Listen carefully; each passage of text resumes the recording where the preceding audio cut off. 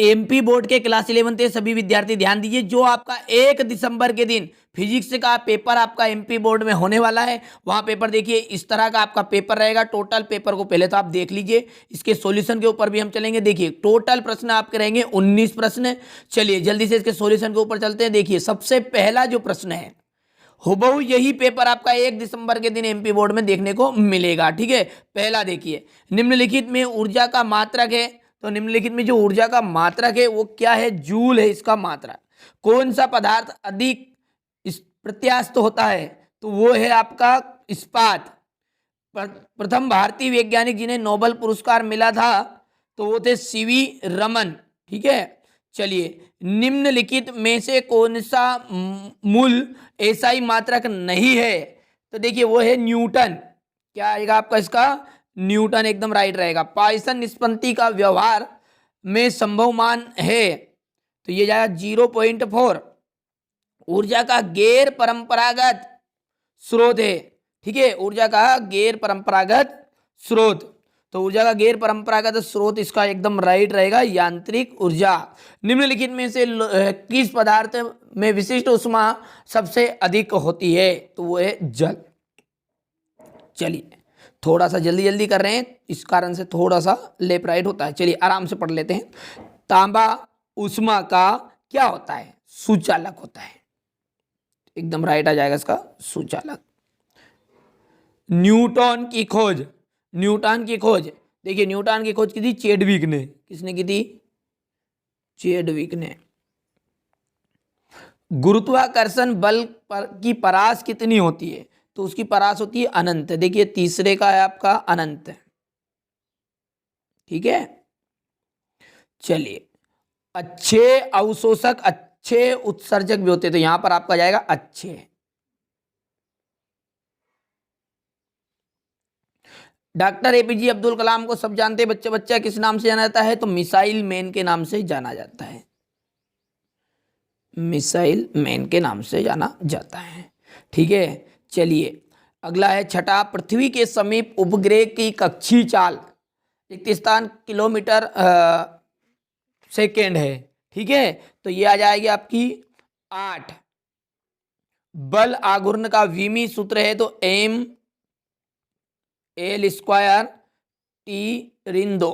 ठीक है, देखिए यही प्रश्न हो वो आपका एग्जाम पेपर में आएगा, 100% इसकी गारंटी है। ठीक है, आपका देखिए 60 से 65 नंबर आने से कोई नहीं रोक सकता। ठीक है, आप अच्छे से तैयारी करिए। इस चैनल का मुख्य उद्देश्य यही है कि आपको अधिक से अधिक अंक प्राप्त कराया जाए और इसी उद्देश्य से कार्य भी कर रहे हैं। ठीक है, चलिए सही जोड़िए 7। जूल सेकेंड, इसका आ जाएगा कोणीय संवेग। पहला, पृथ्वी की आकृति दीर्घ वृत्ताकार आ जाएगा इसका। क्वार्टर्ज पूर्ण प्रत्यास्थ, तीसरा हो गया ये।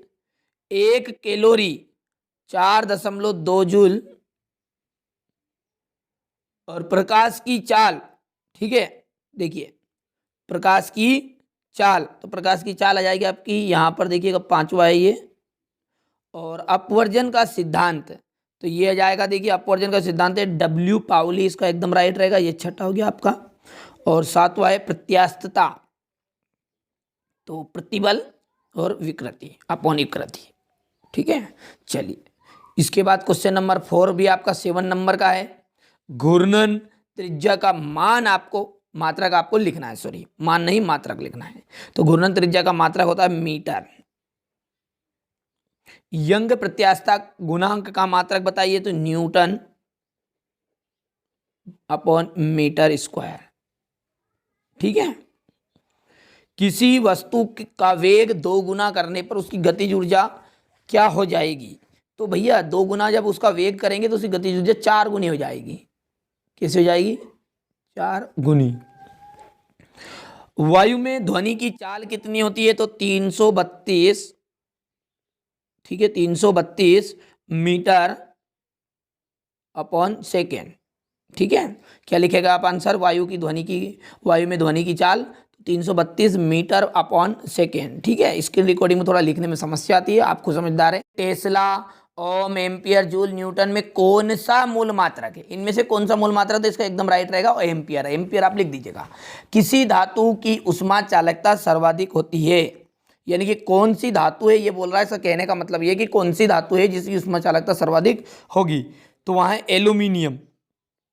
एल्यूमिनियम, ठीक है, लिख दीजिएगा एल्यूमिनियम। बुलबुले के अंदर अधिक दाब कितना होता है? तो ये होता है 4T/R, ठीक है। चलिए, ऊर्जा संरक्षण का नियम आपको बताना है। क्वेश्चन नंबर 5 में स्थिति ऊर्जा से आपके समझते हैं ताप का स्थायी अवस्था से क्या तात्पर्य है, ठीक है। बहुत ही सिंपल से आपके परीक्षा में पेपर प्रश्न आएंगे, ठीक है। ये अर्धवार्षिक का जो पेपर आपका है, इससे और त्रैमासिक और प्री बोर्ड, इन तीनों से मिलकर लगभग 11th क्लास का तो वार्षिक पेपर बनता ही है। और फिर भी आप अच्छे से इनकी तैयारी करते रहिएगा, क्योंकि यहाँ चैनल आपको किसी बहकाव में रखने के उद्देश्य से कार्य नहीं करता है, ठीक है। ये एकदम रियल पेपर है। देखिए, कभी कभी क्या होता है, हमारे पास भी कभी कभी फेक पेपर आ जाता है। अब हमारे घर तो हम बनाते नहीं इन पेपरों को, ठीक है।